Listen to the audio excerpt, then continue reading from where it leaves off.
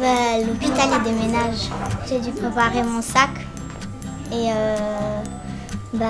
déménager un peu ma chambre, enlever toutes mes affaires. Ils ont fait leurs affaires, ils étaient prêts tout de suite après le petit déjeuner et puis je crois qu'ils étaient prêts avant nous même. J'avais préparé un petit kit de survie pour jouer avec les enfants, la pâte à modeler, les coloriages, tout ça. Ça a déjà bien servi, puis ça va servir en haut en attendant de déballer les cartons.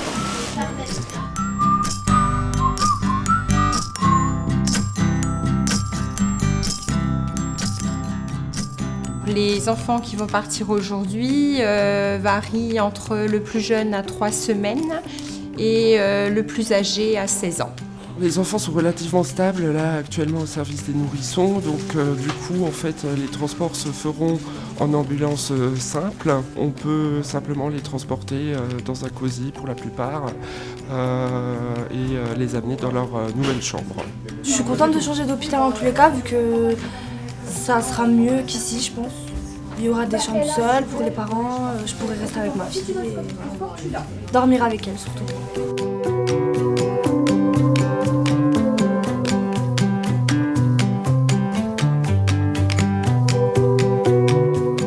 Patienter avec un petit peu de sucre parce qu'elle a vraiment faim. On attend, on a le scope aussi qu'on met en place et on attend en fait d'avoir la pompe pour pouvoir lui mettre son alimentation sur sa petite. On ne mange pas encore par la bouche.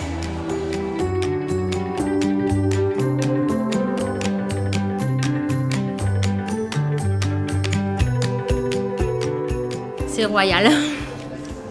C'est beau, c'est spacieux, c'est lumineux, propre. Ça va bien nous changer la vie, voilà. C'est vraiment le grand luxe, hein. On a des chambres seules, individuelles, on n'a que 2 chambres doubles pour les cas particuliers et tout le reste est en chambre seule. Donc c'est vraiment bien, c'est vraiment spacieux et je pense que c'est le confort pour les enfants et pour les parents. Donc ça désacralise un peu le côté hospitalisation et tout ce qui va avec parce que du coup c'est bien.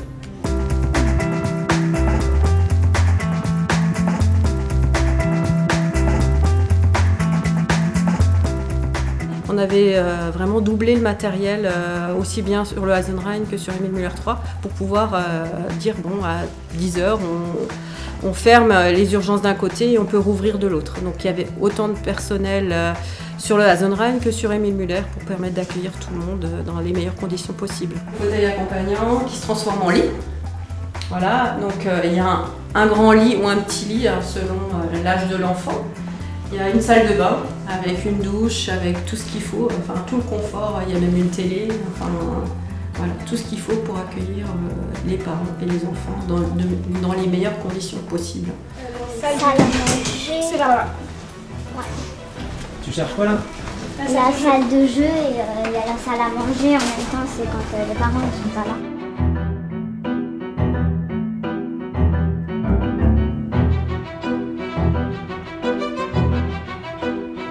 Salle de détente, salle à manger. Et là c'est l'école. Et là c'est... Wow, cool. Ça c'est stylé par contre. Ça c'est quoi tu dis? C'est une école, je pense que c'est là où il y a des fois il y a des profs qui viennent, il y a des profs d'anglais, des profs de français et je pense que du coup il ira ici. Mimi, il y a une salle de télé. C'est sérieux? Ouais, regarde.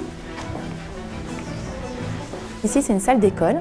C'est destiné à poursuivre la scolarité des enfants hospitalisés, surtout les hospitalisations longues, et pour éviter justement l'arrêt de la scolarité durant l'hospice et permettre quand même un soutien scolaire durant toute l'hospitalisation.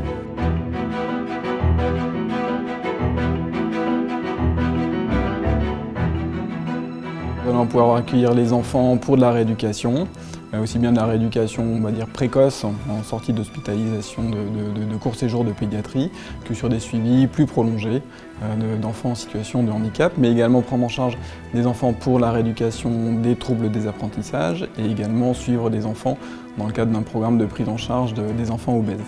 Pour la première fois, toutes les possibilités de prise en charge des enfants sont regroupées sur le même site, puisqu'avant, l'unité d'évaluation des troubles des apprentissages était sur Émile Muller II, donc séparée de la pédiatrie dans un hôpital différent. Et là, il y a vraiment la possibilité de cette continuité de soins entre les différents services pour les enfants. On a tout regroupé à un seul endroit, un seul lieu de travail. Et là, je pense qu'il y a aussi un meilleur échange entre nous, déjà les professionnels, et une meilleure prise en charge globale de l'enfant.